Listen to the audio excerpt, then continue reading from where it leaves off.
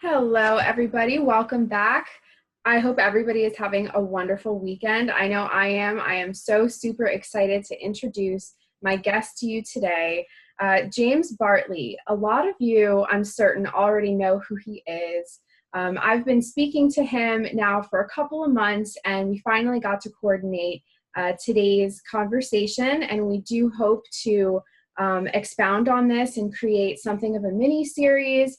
It's just something I've thought about doing for a long time, and then I worked up the courage to, really ask him and make it happen. And he's so generous, and he's just one of the people I've looked up to while I was just, researching all this stuff many years ago. So, folks, James has over 30 years experience in the field of alien abductions, alien interference. We call them Milabs. He is a protégé of the legendary alien abduction researcher Barbara Bartholic. And I've done a little bit of research on her, and just an incredible person, a pioneer. And James is very much a pioneer in his own right. One of my favorite things that he's actually done is he's put a lot of effort into facilitating the survivors of people that have been abducted.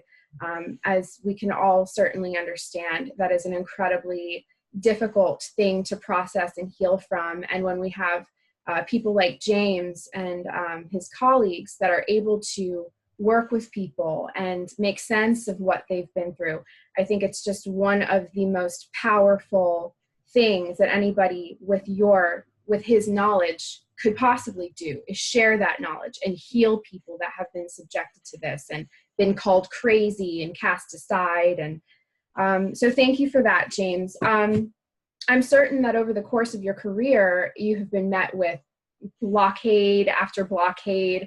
I mean, the nature of your work is so threatening to the powers that be that I can only imagine what you've had to face and contend with in order to get your work out there. So folks, James is also the proprietor of the Cosmic Switchboard. This is a website, thecosmicswitchboard.com, as well as a forum and a podcast, if I understand correctly. You guys can please go ahead and subscribe to him. His YouTube channel is entitled James Bartley. I am subscribed, and it is just some of the most hard-hitting material that you can come across on the internet. He has interviewed some of the most notable researchers, not only in the field of alien abduction, but aerospace and military intelligence. James, if I understand correctly, you also formerly worked in an intelligence position or an intelligence capacity for the U.S. Navy. Is that correct? Yes, I was in communications for Commander Naval Air Force's U.S. Pacific Fleet. I worked in the message center. So I had access to a lot of different types of streams of intelligence traffic. Okay. Well, thank you for that. Thank you for all that you've done. I mean, for me personally, you have had a way with your words and just your approach to a very dark topic. It's one of the darkest rabbit holes of all. It loops us back around to a rather sinister origin. But your approach has been one of hope and of, facing this monster head on with bravery and courage and doing it together, which I can't think of anything else that is more necessary on this planet. So thank you for that. Thank you for your work. And thank you so much for being with me here today. I'd like to give you the floor now to let my audience know a little bit about yourself and a little bit about how you got started in all of this leading up to now as well, if you would.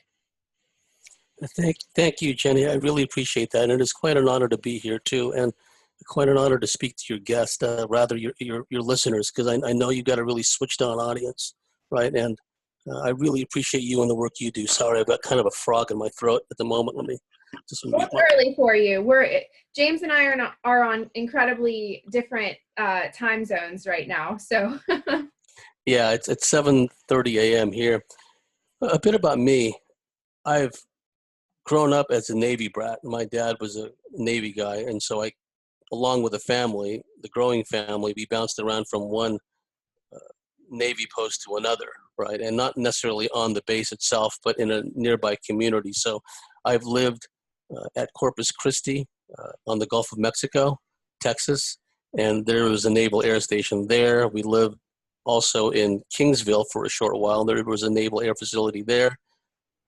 And then San Diego, I lived near the air station there and Balboa Medical Center, Naval Medical Center. And in the San Francisco Bay Area, my dad was stationed at a couple of naval air stations there. So I basically grew up in a military family, and my father's friends tended to be military Navy people. So, you know, the guests, the people at our house tended to be either Navy people or the wives and dependents of same. So that's the kind of background that I came from. I didn't really know any different. In Daly City, California, which is right next to San Francisco, we lived in what we called the projects, which was Navy, Marine Corps housing and visiting Air Force personnel. They would have housing in this block, these tracts of houses, right? And I didn't realize at the time, but the commonality of just about every kid in my neighborhood was they were a military brat, a Navy brat, an Air Force brat, a Marine brat. So I didn't really know any better. And the connection to the story and my background is I've had alien abduction experiences all my life, and also encounters with not negative beings, but rather benign or even positive and upbeat beings, right? Spiritually orientated beings. So my experiences run the gamut. And what I didn't realize at the time was, and I want people to understand this too, because when you grow up in a military family, your parents, one or both, if they're in the military as well, they're subject to the Uniform Code of Military Justice. And if you're in the military and you live on base or off base, you bring your kids to a military medical facility, whether it's Army, Navy, Air Force. And being in the U.S. Armed Forces, one doesn't have to go to any particular branch of the service to get medical treatment. It's all the same, really. So growing up, I was taken to medical facilities that later on became notorious as the research unfolded over time as places of mind control, places of behavior modification. And I must stress that my parents, my mom being a devoted Navy wife, my dad being a Navy guy, when a Navy doctor, to give an example, and they're usually officers, 04, 05, 06 above. 06 is a captain, which is equivalent to a colonel in the Army or the Air Force. When they tell you, an enlisted person, bring your son or daughter here, give them these meds, bring them to an appointment here, they're going to do it, and they're not going to question why. And the obedience, the discipline is all built into that. So I want to stress that my parents were not in on it. What my parents were doing was doing what they were told, like countless other military people. But I've since come to understand that due to my genetic profile, and this is the case with just about everyone else out there who's had ET experiences, their genetic profile, morphic resonance field, and also karma, past lives, plays into all this as well. Due to that, and the ability of the deep black elements of the military to access medical records for all dependents. And we see this also played out in the civilian world, Jenny, where the Mormons have a humongous database of DNA and what have you. And we see other organizations, corporations, that's what they do. They just collect DNA, blood samples, et cetera, et cetera. I have a friend that lives not too far from here. She's an Rh negative, and they kept losing her blood, necessitating her to come in, and give some more blood and more blood and more blood and all the weird stuff she's had just because she's an Rh negative, right? Mm-hmm. Mm-hmm. So long and the short of it was, due to my being a military brat, my parents took me to these facilities, and whatever drugs I was prescribed, whatever medicines I was prescribed, my parents would dutifully give them to me, completely unaware or oblivious as to what the medicines are all about, what they're really intended to do. So some of the places that are notorious in the mind control, behavior modification research, Naval Hospital Oak Knoll, I've been there. and lots of missing time there. Because I think what happened, I was able to piece it back that my mom would give me these meds, and they turned out to be some kind of a tranquilizer. She was told by the Navy doctors, give your son this before you make the car trip over to the base, right, where Oak Knoll Naval Hospital was. And there would be a lot of gaps between, the time we drove from our home to Oak Knoll Naval Hospital. My dad was a notoriously slow driver, right? Take him forever to get anywhere. But even still, I would wake up during these car rides in a drug state, look around, and just go to sleep again. Wake up a little while later, we're still driving because my dad's a slow driver. Eventually get to Oak Knoll Naval Hospital, and it's almost a complete blank, the things that happened there to me. I would wake up at times, and I'm not sure which facilities these were at. It could have been Balboa Naval Medical Center when we were stationed. My dad was stationed in San Diego. My dad was associated post-Vietnam with the naval aviation side of the Navy. So he was typically stationed at naval air stations. And I would get to Oak Knoll Naval Hospital in this drugged out state, and they would turn me over to these Navy doctors, and I would have no memories. And then on another occasion, my mom took me to Army Letterman General Hospital, the U.S. Army Hospital on the Presidio, another notorious place, let's say. And I'm not making light of it. It's funny when you go back and you do a life review of what's happened to you, and some of these connections come back.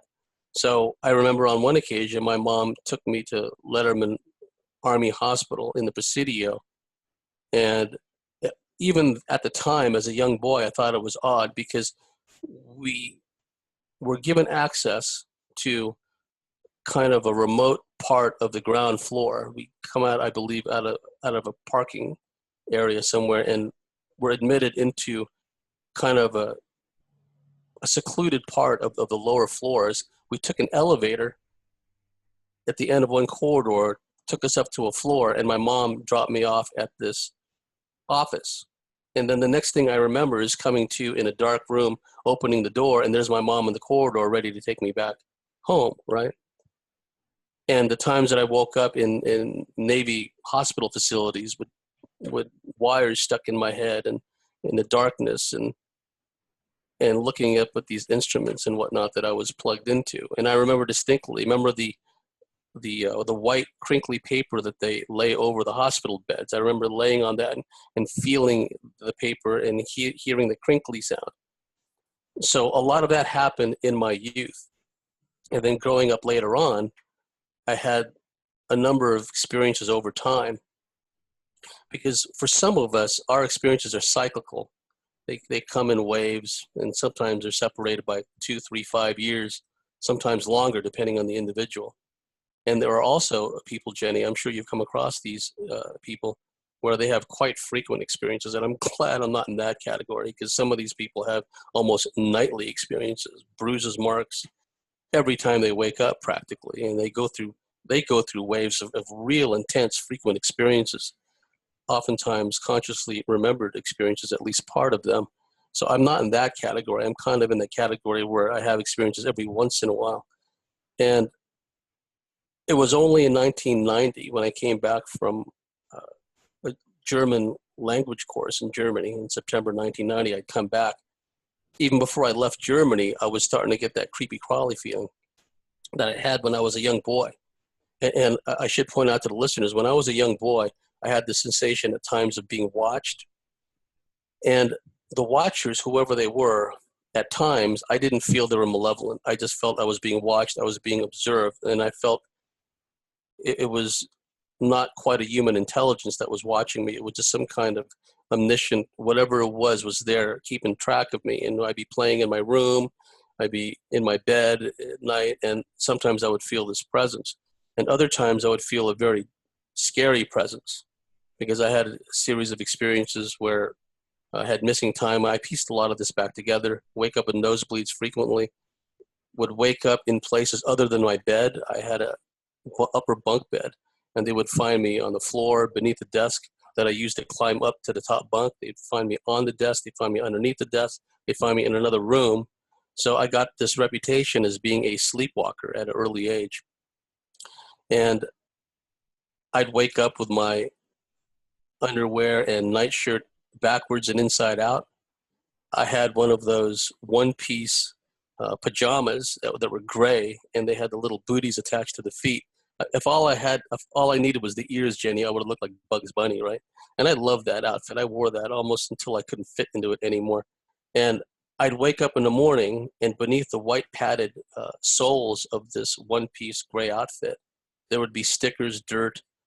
So I'd evidently been outdoors at night at some point. So a lot of that stuff happened in my youth.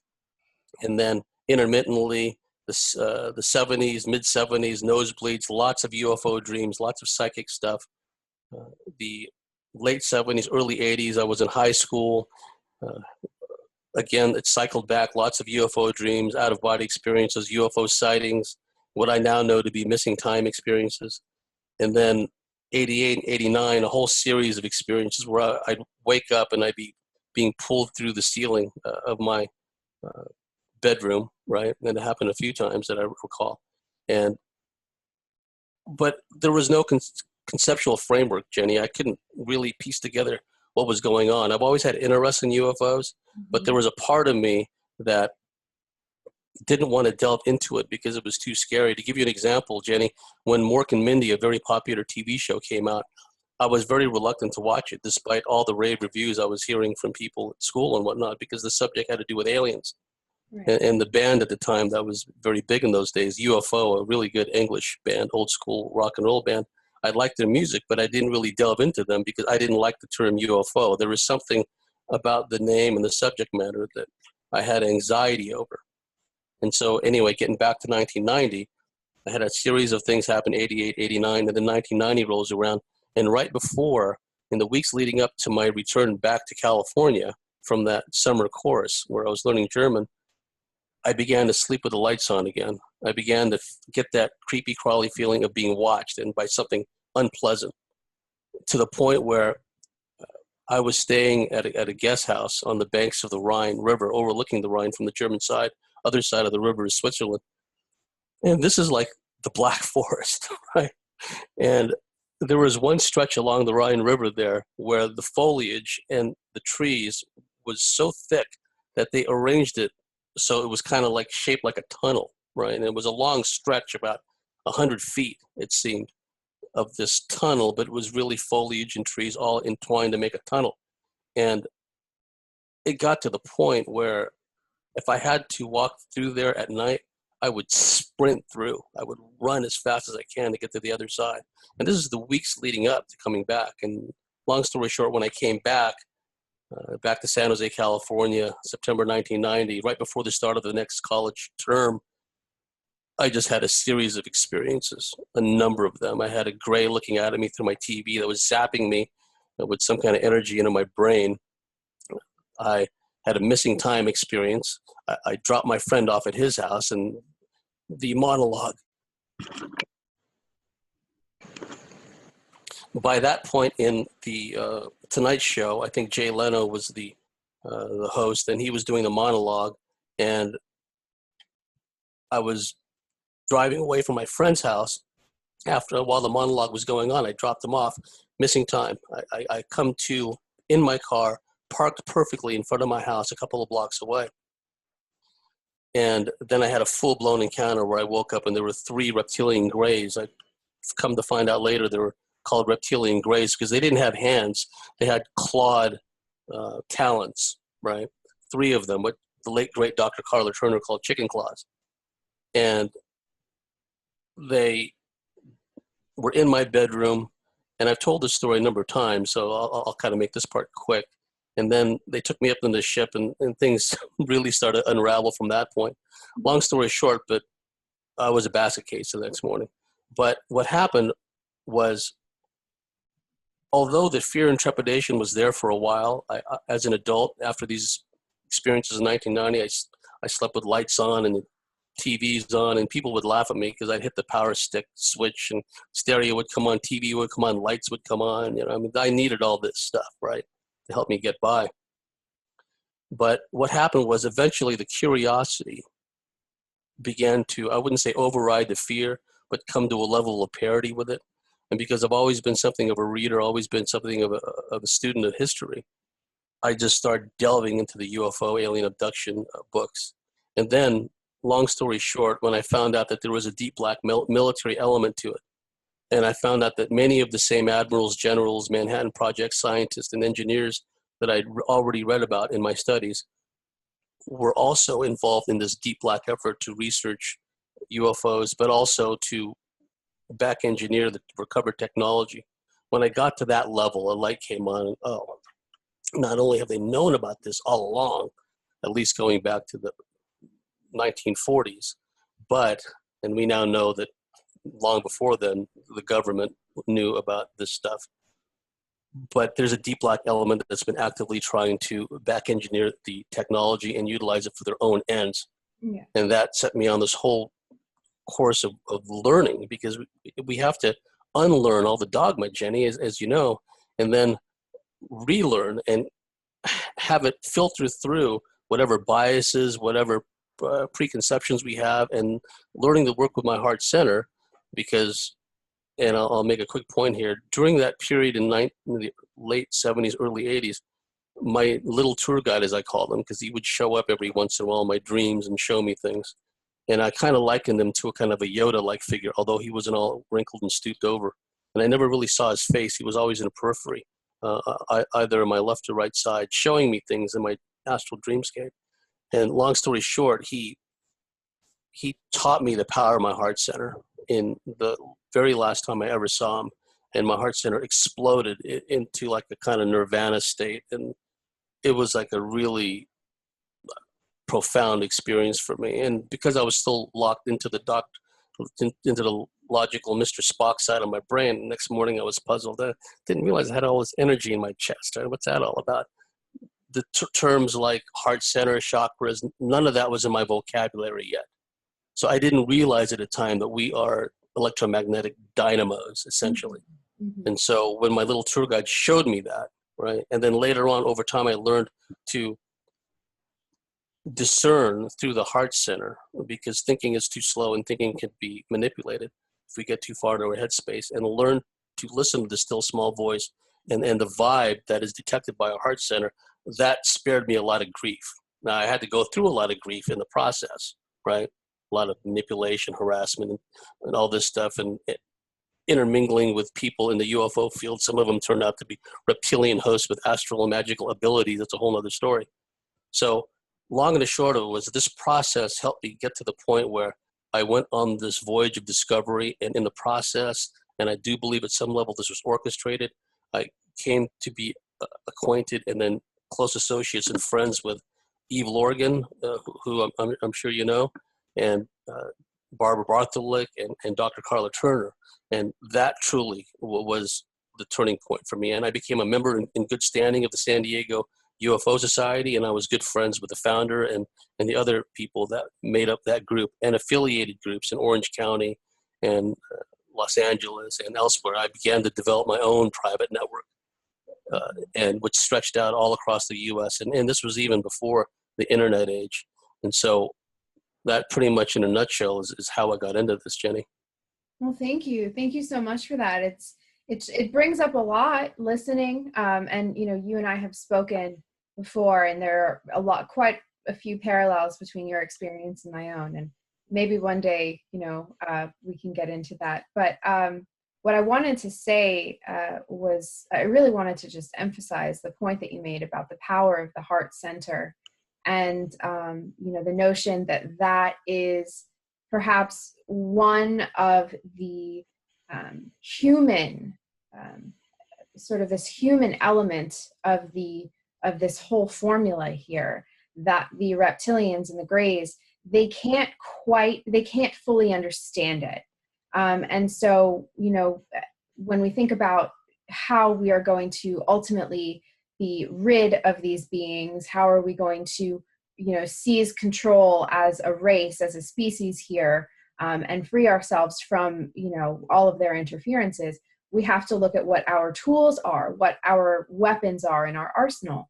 And certainly the heart is the center. It is a massive weapon if utilized correctly. And so that's just such a fantastic point. And it can be very easy to become hopeless and discouraged, and the feelings of isolation as an experiencer, only those that have been through it or have witnessed a family member or a loved one go through it, only they can fully understand how deep of a hole that is. So people like yourself and your colleagues, everybody you've learned from and worked with, and mentored yourself as well. I mean, I've just huge gratitude from all of us here on the surface population. And also, you mentioned leading up to where you are now, it really started with the sense of community. It really started as soon as you began to network with people and reach out and understand that you were not actually alone. You were not crazy in any way. You were experiencing something that a lot of people, a lot of credible people, a lot of normal people, we would characterize them as being normal. They have healthy relationships, they appear normal. They're normal people that are having these paranormal experiences and doing everything that they can to cope with what is certainly all kinds of difficult side effects, bad dreams, physical, body issues, everything, all of the above. I mean, there's so many avenues that we can take with this.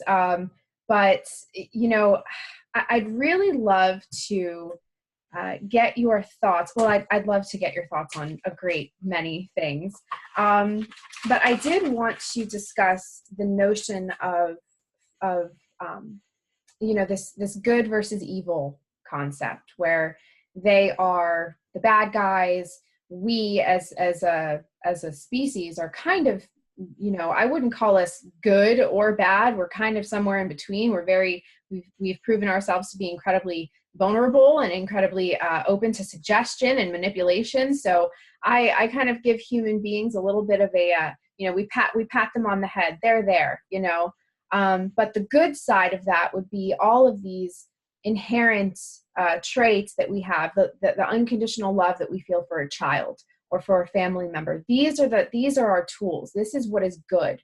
So my question to you, and I have many, but my question to you is, within the ET reality, within this whole theater, this theater of war that we find ourselves in, which, make no mistake, folks, we are at war. Are we also being utilized in some way by benevolent ETs that would hope to use ideal human candidates or ideal human vessels as a means to counter the efforts of the reptilian gray agenda, in the sense that they have combatants? Do the good guys have combatants as well? That's a very good question, Jenny. We can think of it, it's kind of proxy warfare, but because of the ability, and just to use dualistic terms to make it easier for me to explain it, right? Both sides, if you will, have the means to make certain souls incarnate in the certain bloodlines and thereby produce certain people in certain family trees over time. And of course, we don't only have one family tree in our background, in our lineage, if you will, because we sometimes jump around from one culture, one ethnicity to another. And we take on all the institutional, ancestral, genetic memories of that particular group we're a part of, because we're like, think of it in holographic terms, where the smallest part of a hologram contains information about the entirety of the hologram. And we are the sum of all of our parts. So all of our various incarnations if you're looking at it simply from a linear time sense, right? And we know that time is manipulated. We know that there's been a lot of alterations in a temporal stream over time, no pun intended. But also the fact that we are multidimensional in nature, the fact that we have this soul group consciousness, if you will, where there are parallel counterparts to you and I, Jenny, not only in alternate realities, but in higher dimensions, counterparts. There are higher dimensional ETs that are essentially you and may even look like you. They may be a little taller, they may be blue, okay, maybe walk around really cool looking outfits, right? I'm talking about in terms of like gowns, robes, X-Men type things. I mean, you name it. But the bottom line is, Jenny, they're all us. We're the sum of all of our parts. Mm-hmm. And so just as the dark side, if you will, has the means to recycle, reincarnate. Okay, George H.W. Bush recently carked it. He recently supposedly died. Who knows how long ago he really died? Well, if they maintain this system, which they're not, because we're going to dismantle it, it's only a matter of time, right? But if they have their way, at least sometime in a distant future, or not so distant future, they may recycle the soul or what passes for the soul that we know as of George H.W. Bush and put him back into the mix and in a family tree, in a body that has the right template, genetically, morphogenetically, energetically, et cetera, et cetera. So it's almost kind of like a game of cosmic chess played out in the surface world. So both sides, if you will, can do this. Like the people that I know and some of the key players that I work with, a lot of times behind the scenes, these people, some of them are aware of their cosmic higher dimensional lineage mm-hmm. and also their past lives in a linear sense, Lemuria, Atlantis, and even long before then. And some of these people are very gifted in their own right. They're intuitives, they're empaths. We are manifestors. This is why they go, you talked about the heart center earlier, Jenny, that was brilliant, because why do they go to so much effort to block up our heart center?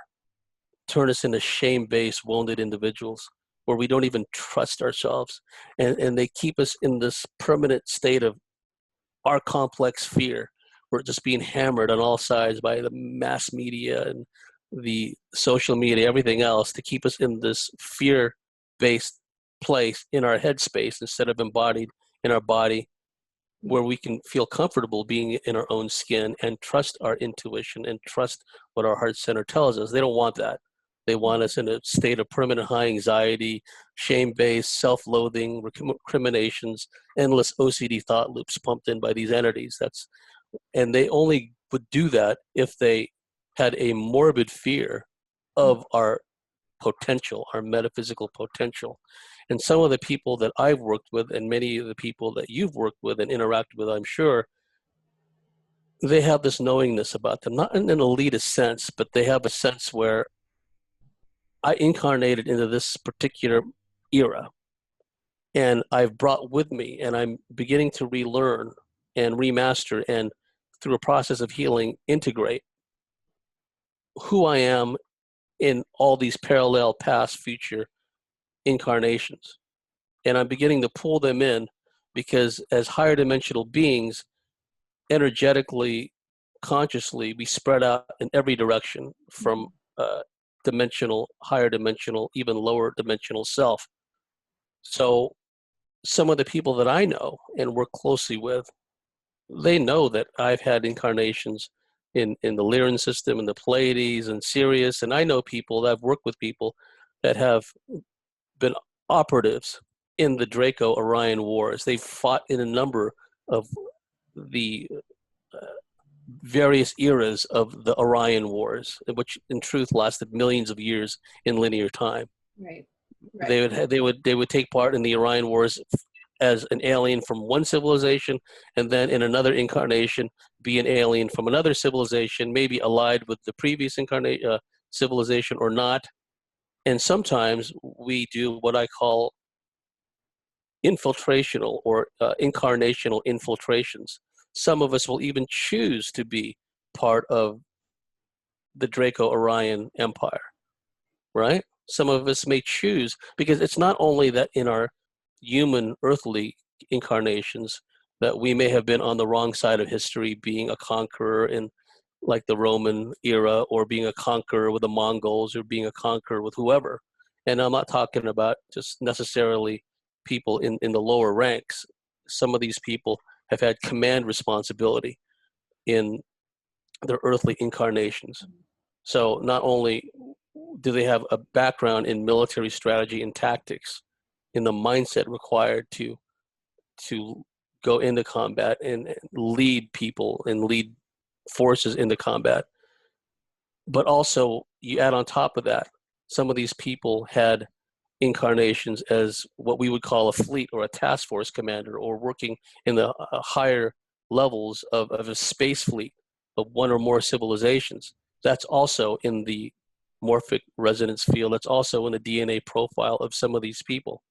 Mm-hmm. And these negative ETs, for lack of a better term, they seem to know more about us, initially at least, than we do ourselves. They have an idea of not only our earthly lineages. In my case, it would be, I'm Spanish, Portuguese, Filipino, Chinese background. So, you can kind of track it from that standpoint. But these beings know of our incarnations, in some instances, of some of our past parallel ET lives. They've dealt with this before. They've battled this before. They've despised this from way back when, you know what I mean? Which is a good thing, to be despised by negative forces. Well, certainly. I feel like it's just the ultimate jealousy. It feels to be the ultimate in, we want what they have so badly that we're going to stick around and make things incredibly difficult for them. I don't think that they feel, it's as if they truly hate us to our core, but I don't even think that they feel this, the spectrum of emotion anyways. But everything you're saying, by the way, resonates so deeply with me. And it validates everything that I felt growing up as well. And, you mentioned people that agreed on some level to partake or to be born into some of these families or situations that are quote unquote dark. Who knows, for the means of transcending it, for the means of, forcing the self to remember what that person has forgotten, which could be, it's a spiritual transformation. I was born into an intelligence family, as you know, and I've come to a lot of the same conclusions. I also love what you said about the counterparts that we all have. And there are some really remarkable people that have the ability to recall or to, extract data from these, the realities that these counterparts are working in and living in and experiencing. And it's just one of the most magical and fantastical discussions that one can have is openly speaking about these memories. They feel, to me at least, I attribute them to feeling like memories. They're not just dreams. They're not just visions. They're not just things that you make up in the day. It feels like there is a family, a team, a network that we're working with very, very closely as a means of facilitating a beneficial outcome. And another thing you said that I really loved was that they take great interest. When I say they, the powers that be, they certainly take great interest in the older souls.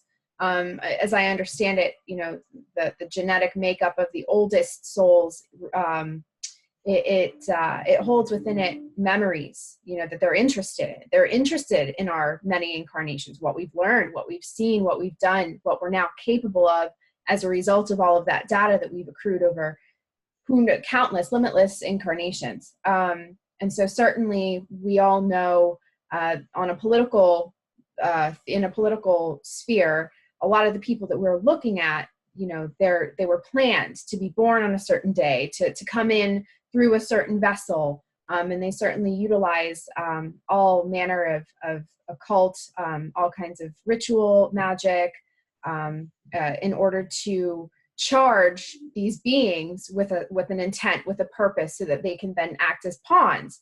But it is very interesting, and I think it's very important that people know that we're not alone in this. And I think that they want us to feel as if we're alone in the universe, and that we are just at the bottom of the food chain.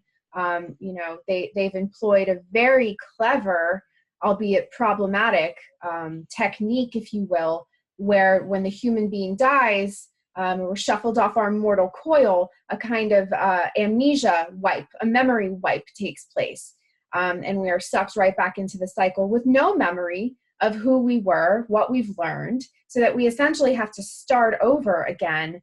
And I think that a lot of people, especially now, are being born with higher and higher capacities to recall these memories and to apply what they've learned in the field of combat. When I say the field of combat, that is the war for humanity. And so they can't have that, right? So then we have this massive push for vaccines.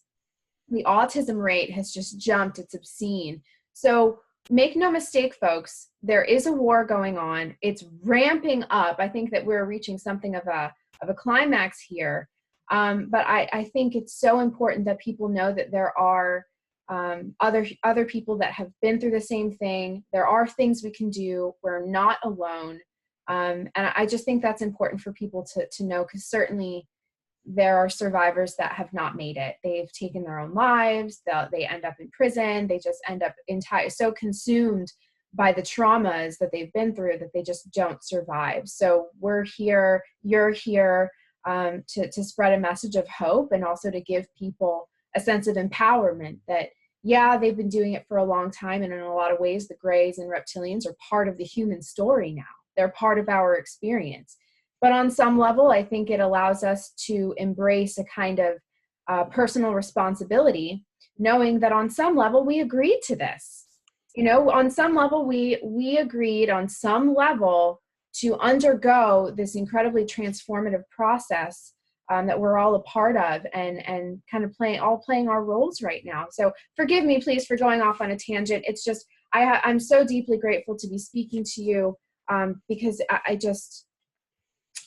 I think about these things constantly, and it's so refreshing to speak to someone that has such a wealth of knowledge about it. And you know what I'm talking about. I don't feel like I have to explain everything. You know exactly what I'm talking about. We're speaking the same language. So, it's so important that people understand that we do have weapons. They want us to feel powerless, like we've got nothing in the whole, in the big black universe. But I just want to thank you for giving people hope, and for certainly putting yourself in danger. I'm certain you've been targeted. If you'd like to tell us a little bit about some of the targeting that you've experienced doing this work. It's certainly not the most feel-good of things to talk about, but I think it may be helpful, because people experience a lot of what could be described as targeting, but they don't know that that's what it is. They're told that they're crazy. They don't have resources. The people in their lives, whether strategically placed there or not, tell them that they're crazy, that they're bad, that they're wrong. You have some wonderful talks where you speak about very strategically and deliberately placed spouses, abusive partners, people in your life, in your workplace, a nasty boss, these sociopathic, psychotic people, which I know those are different things, but we are all faced with the reality of the ET interference here. Nobody is really immune from it. So when people give me hell, they're like, why do you like to talk about aliens? Why do you just, forget? I'm like, everybody needs to know about this. You have been touched by them and you don't even know it. So, all right, I'm going to cut myself off here. Please. Oh, well, those are wonderful points, Jenny. And they really resonate with me as well. The thing about the strategically placed I want to comment on, but before I delve into the topic that you mentioned earlier, we not only have this collective soul mind, for lack of a better term, of who we are, all the different incarnations, past, present, and future, parallel, because there's really only the eternal now and the various manifestations and aspects of it. But what has been key for me was the reuniting with certain key players. Eve Lorcan, a classic example. I just did great work with Evie over the decades, and she was on my show recently, talking about all kinds of great things, really informative. And Barbara Bartholic and a number of other people. So the fact that I had to go through some of this stuff in order to get a better understanding of who I am, to develop a conceptual framework, and then on top of that, getting to know wonderful people like yourself, wonderful people that I've worked with and interacted with, networked with over the years. None of that would have happened had we not chosen at some level to be here. And let's face it, folks, and I don't say this in an elitist sense. I'm saying this from a bottom line perspective. This is where the action is. If you're going to be an infiltrator, if you're going to be a disruptor, a frequency buster, a paradigm buster from within, this is the place to be, because of this whole recycling center. It may happen in other star systems elsewhere, but we've got our hands full dismantling this one. So where else would you rather be James, than here? I just have to chime in really quick, because oh my gosh, I feel that so deeply. It's like, you know, this is the place to be. This is the fight to be in. There is nowhere else in the universe that I would rather be than right here, right now, part of this shift, part of this fight. Maybe because we feel incredibly capable. Deep down on that heart level, we feel satisfied in a way. Could you imagine for 2 seconds doing anything else? Just answer me that. Could you imagine doing anything else? No, because everything else pales in insignificance. Even the surface level manipulation, which we're all familiar with, that only becomes an issue for people when it's in their face, when it's affecting them in the pocketbook, when it's affecting their family. Then suddenly, oh, this is wrong, this is an injustice. Then they delve into it, and they begin to see, the pieces of the puzzle, the mosaic start to emerge. Then they see, oh, okay, this is how it is here. And then you take it to another level beyond that, and people like you and I, we know recycling, rehatching into this place, memory swipes, soul harvesting, et cetera, et cetera. So this has to be dealt with at a cosmic multidimensional level. And this is spiritual warfare, all-out spiritual warfare manifesting on a cosmic multidimensional arena. Like a lot of people think, well, we get to the fifth dimension, we're all good to go. It's going to be like an endless permanent champagne cruise. But even the accounts from, like, say, Barbara Marciniak and the group of Palladians she represents, right? She says, well, the group of Palladians that she channels and the messages she conveys, in so many words, we mucked up in our past, which is our past, our human past. It's not only caused problems for us, it's caused problems for the Palladians, or at least that group that Marciniak represents. Mm-hmm. And they're already fifth dimensional. Right. And if they have to go to the trouble to have some of their people, some of their souls incarnate into our dimension from the fifth, that tells me the fifth dimension isn't this hunky-dory place that people think it is, that they're still at some level involved in this cosmic warfare arena. And I've had this shown when I was working with the Germans in these Skype sessions. We were doing a lot of psychic work back in the day, in remote viewing, remote healing, etc., that we were shown very clearly that this cosmic multidimensional warfare happens at many different levels, even higher spiritual realms.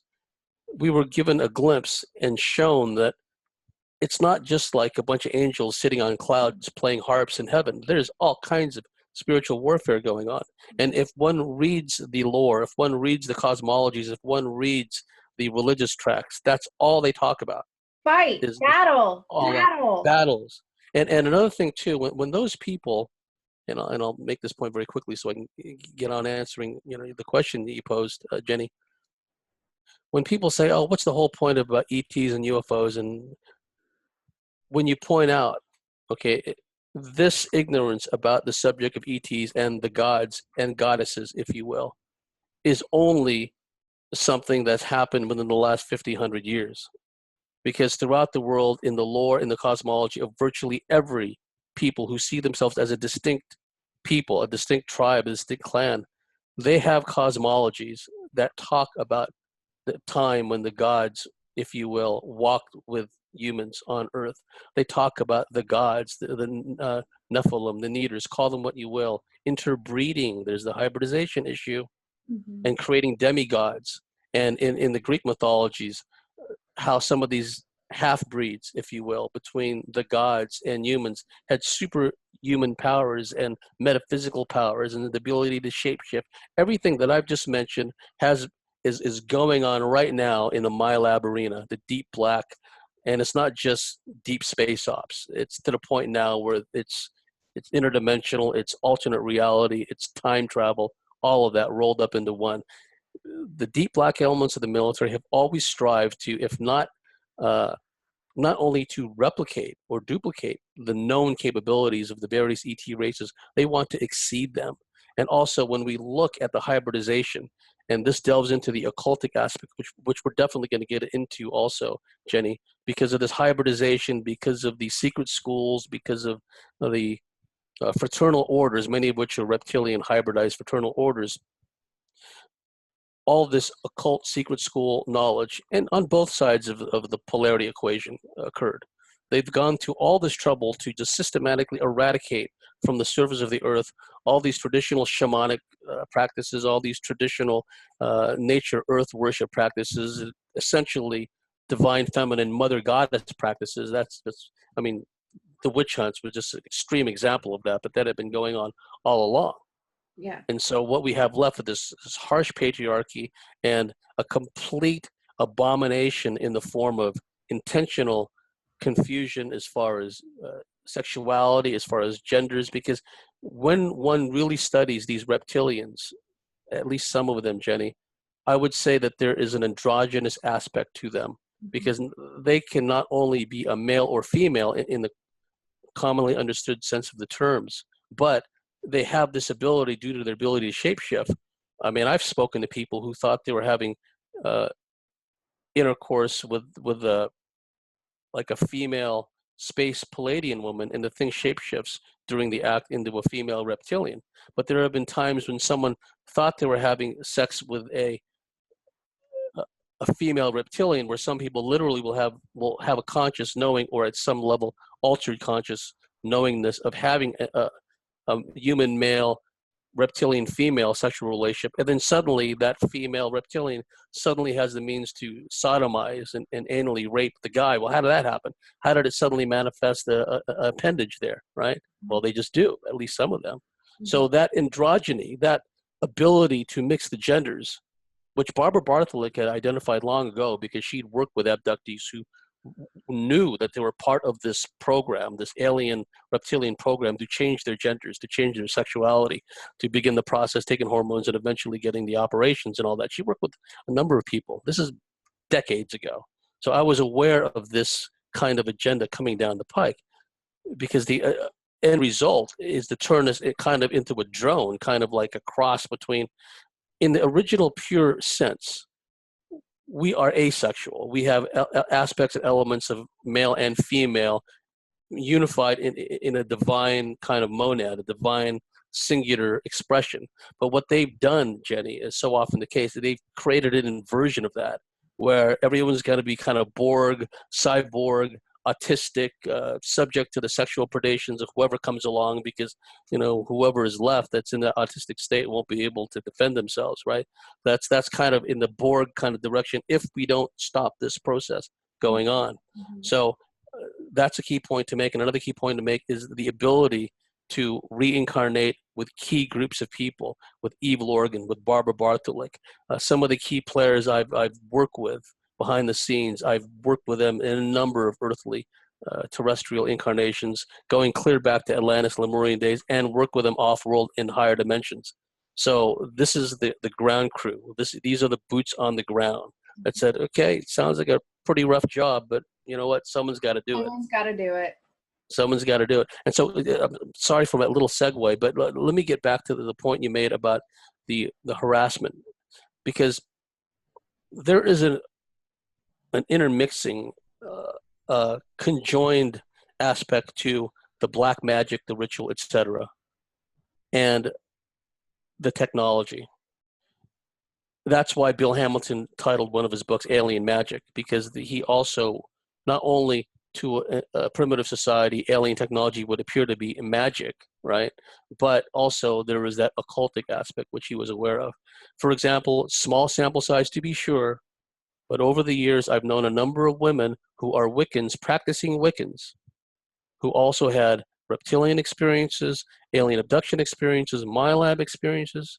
So is it a chicken and the egg syndrome, Jenny? Like, what came first? Were they a Wiccan first, and then the experiences and the ETs and the reps came after that, and the underground bases and the Milab manipulation? Or is it because of who they were in their previous incarnations and how it all ties into who they are now, you see? So small sample size to be sure, but a number of women I know that were Wiccans have had this experience. And I'm not bagging or getting down on Wiccans, because, again, it comes down to the DNA profile, the morphic resonance field, the incarnations, all that. It's all bound up into one.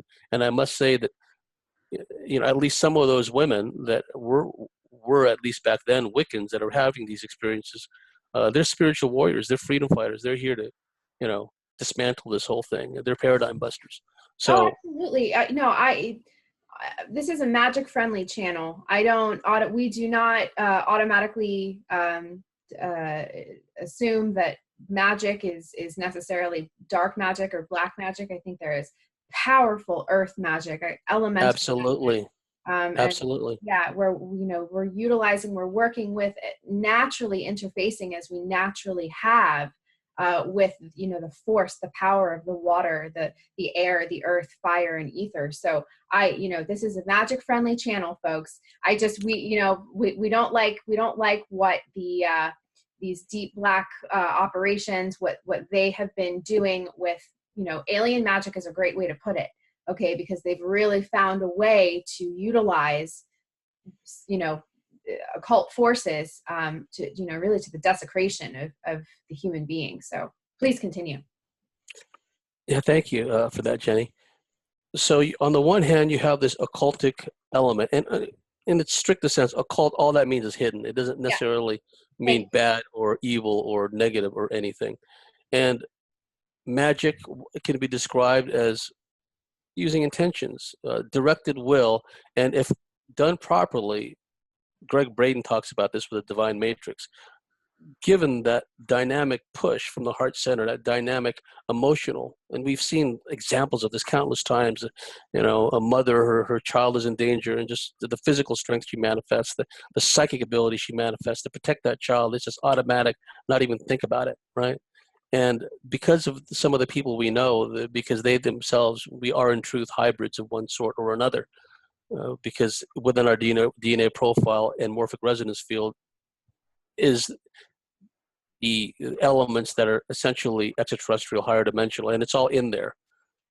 And that's what all these practices, shamanic practices and yoga practices, various stripes over the years, and Native American practices, was all meant to cultivate that and properly develop that. Because without the spiritual foundation, to have these metaphysical abilities, you become a menace to society. You start manipulating people. You start manipulating things instead of using your powers, using your abilities for the greater good. It all becomes about me, and then these entities are more than happy to encourage you along that track. So you'll get occultic interference insofar as, because a lot of us haven't fully integrated yet. In the past especially, we were very vulnerable in the sleep state, whereas someone who has spent a lot of time working on themselves and working on their inner discipline and spiritual work, they can have a very lively nightlife. When they go to sleep, the consciousness expands, they go to dimension hopping and do all kinds of things intentionally, and other times at a higher conscious level, just doing things automatically. But a lot of people, because of the muting of the consciousness aspect, which has been wrought lifetime after lifetime, because when they do these things to us, especially if they already know who we are from our past incarnations, parallel incarnations, they're going to muck with us in our past lives, or we're going to be carrying around the psychic, even physical DNA scars and wounds from past incarnations, the heart wounds from tragedy and from heartbreak from one or more past lives. All that factors into it. So when we go to sleep, in the past particularly, we were vulnerable because these entities, they would hold the tactical high ground, so to speak, when we go to sleep. So their ability to enter into our astral dreamscape, eroticize it, pervert it, create this fearful, anxiety-ridden mental dreamscape in our sleep. And we wake up feeling tired, worn out, et cetera, et cetera. And there's various aspects of that. Astral sexual encounters, which are not astral, they're real physical, but for lack of a better term, they can be described as astral. The ability of some of these beings to engender out-of-body experiences from us, yank us out of our bodies, and take us to a higher or a lower realm, depending on their agenda. So a lot of those types of things happen. And a lot of indoctrination happens too, where I spoke earlier about my little tour guide taking me places in various dimensions and showing me things. Well, some of these negative beings too, they can really turn our astral dreamscape into a scary, malevolent kind of place. And because we're energetic beings, we are resonators, we're emitters of frequencies. They don't want us to be emitting frequencies at a higher dimensional spiritual bandwidth. They want to keep us in the lower bandwidths of spirituality, of energetic emissions. So on top of what we have to deal with in our normal waking consciousness in this surface world, they do things in our astral dreamscape, in our sleep state, to create phobias within us, create difficulties in our relationships, whatever the case may be. And those are just brief examples. And then there's the electromagnetic aspect to it, which I'll delve into also. Did you want to take a break pretty soon, or do you want me to carry on and make this point? Yeah, you please continue, because I don't want you to lose your thought, but we can certainly take a break after you. Yeah, I'll just make this point about the electromagnetic interference, and then I can continue my thoughts on it in the second part. I, for one, and I've said this before, I don't think there's such a thing as a purely human mind control, behavior modification, exploitation of people project. Because even if you were to look, if you had the fly on the wall perspective of being in these facilities where they're mind controlling people and tweaking the knobs and electromagnetically manipulating people at all levels, a seer, a mystic, someone with etheric third eye vision would look at these technicians, would look at these scientists, would look at these psychologists, and realize some of these people are complete hosts. They're taken up by these negative entities. They're taken up by reptilians, mantis beings, whatever the case may be. So how can it be a purely human mind control project when the key players behind the scenes, they're tweaking the knobs, they're conducting the narco hypnosis, when they themselves are entity infested, plugged into this hive consciousness which originates from these nether lower dimensions, telling them all this stuff, right? And that's where a lot of these inventions come from. That's where a lot of the insight comes from. It's some people always describe that to, the guy's a brainiac. He came out of MIT, and instead of using his abilities to create like a longer lasting light bulb, he's making weapons of mass destruction at Lawrence Livermore Lab. Well, where is it just insight? Is it just due to his research and education that he or she is able to do these things? Or at times, there this subtle malign influence, like subtly nuanced fashion guiding him or her in this direction or that, right? The technology, the means for control and exploitation and manipulation have always been there. They just have to be remembered. In the same way, from an inverse standpoint, we have to remember who we are. We have to reintegrate. We have to heal. We have to make our inner shadow our ally instead of our adversary. We have to learn to work from a heart-centered perspective. That's all a work in progress. You look at the opposite of that, and that's you have all these people making weapons of mass destruction and thinking they're doing a good thing while they're doing it. So, okay, I made that point. I don't consider any mind control operation to be purely human. I definitely believe there's a extraterrestrial, interdimensional, subterranean overlay to that. Okay, now what are the ways and means, at least some of them, that they utilize electromagnetic manipulation? I'll give some examples in my own life. One time I was laying in bed. Where was I? Was I in San Diego? Yeah, I think I was living in San Diego at the time. And my eyes were closed, the room was dark. And sometimes, Jenny, when they electromagnetically beam us, I don't know if they're aware of this. It's an unintended byproduct. It's something they can't control. I don't know, whatever the case may be. Sometimes when they electromagnetically beam us, it activates our third eye etheric vision. Mm-hmm. So I'm laying there in bed and I feel like I'm being beamed. My eyes are closed, but I can clearly see in my third eye etheric vision with my eyes closed, I can see three beams of energy coming down from the ceiling uh, in a straight line. One of them was coming straight down and zapping me in the frontal lobe, which is the impulse control center. If you want to manipulate people, turn them into impulsive, kind of angry, bitter people that would fight at the drop of the hat, you chip away and you wear away the frontal lobe. And that's what a lot of the military training is all about.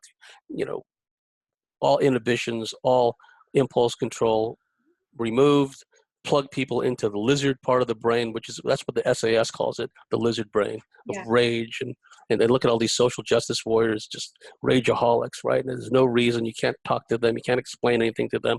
They're all in rage mode. Think of all these crazy cops in America who go around shooting dogs for fun, right?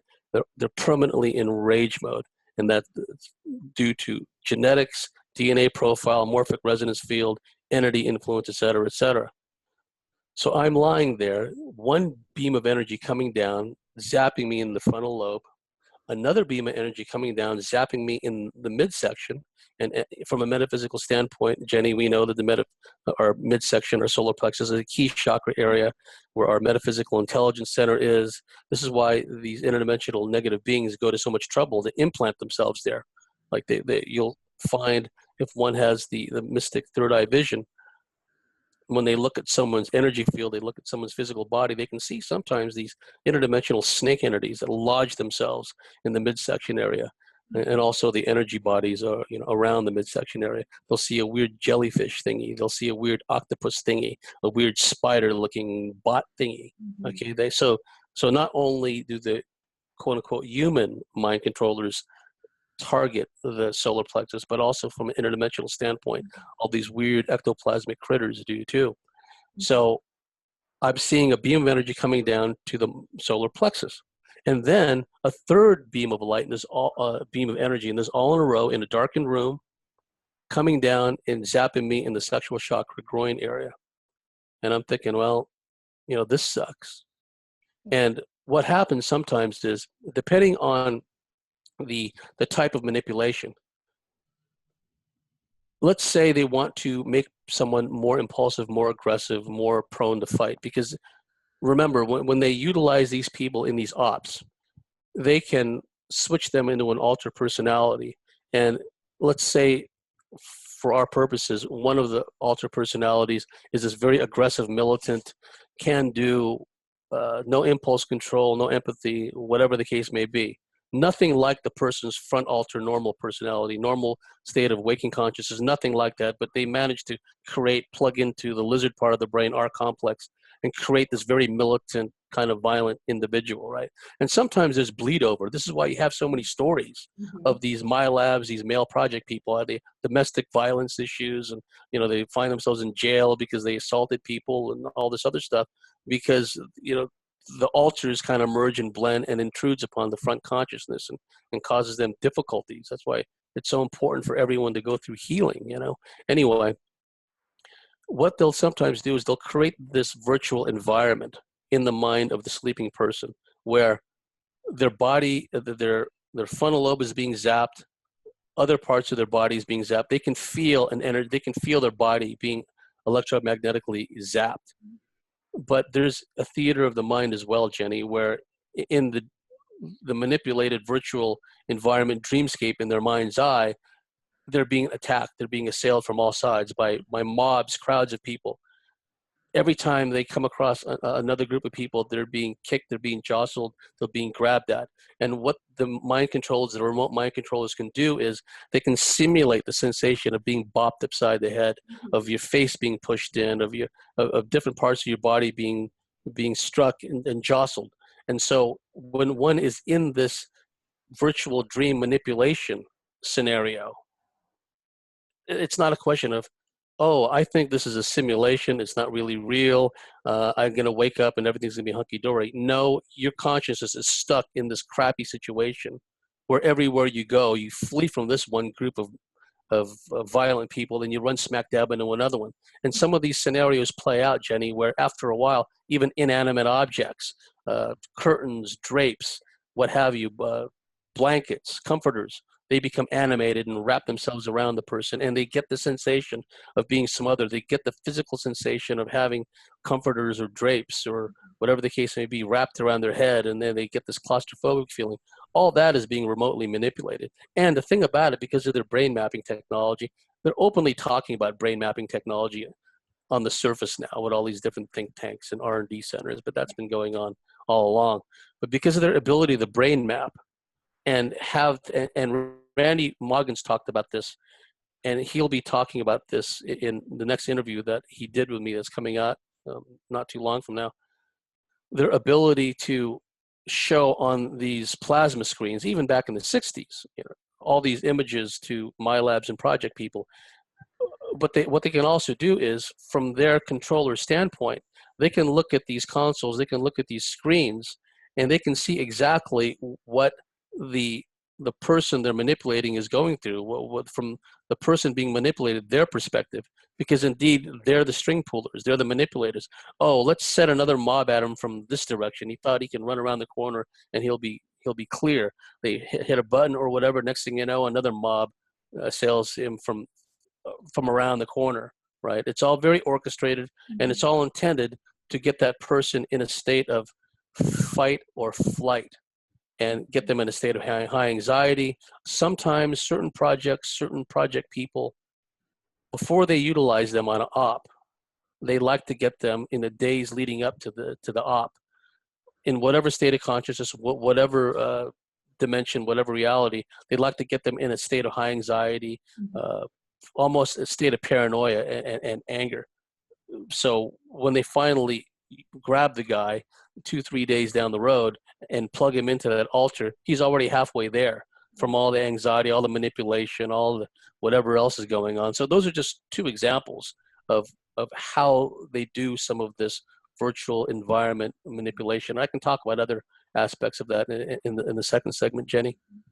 Sure. Well, thank you. Thank you so much. I just think that's so helpful for people, because there are a great many people that don't have any point of reference, a lot of young people possibly that are experiencing these things and think that it's, any number of mental disorders, and their parents are dumb and don't know how to help them. So they just pump them with SSRIs and other kinds of harmful pharmaceutical drugs. And it's just a massive trap. So I think talking about these things, even though they are, they can be triggering for people. I'm kind of like over here trying to it's not that I'm being triggered in any way. It's just, it all resonates so deeply, and everything that you're saying, it's like I've known all of that to be true since I was a little kid. And it's both validating and also kind of, it just makes me sad a little bit, I think, but it also gives me hope, strangely, at the same time too. So it's everything. It's all over the board here. So we are going to go ahead and take a break, just a short little break here before we get started on part 2. So everybody please stick around and wait for that. So we will be back shortly.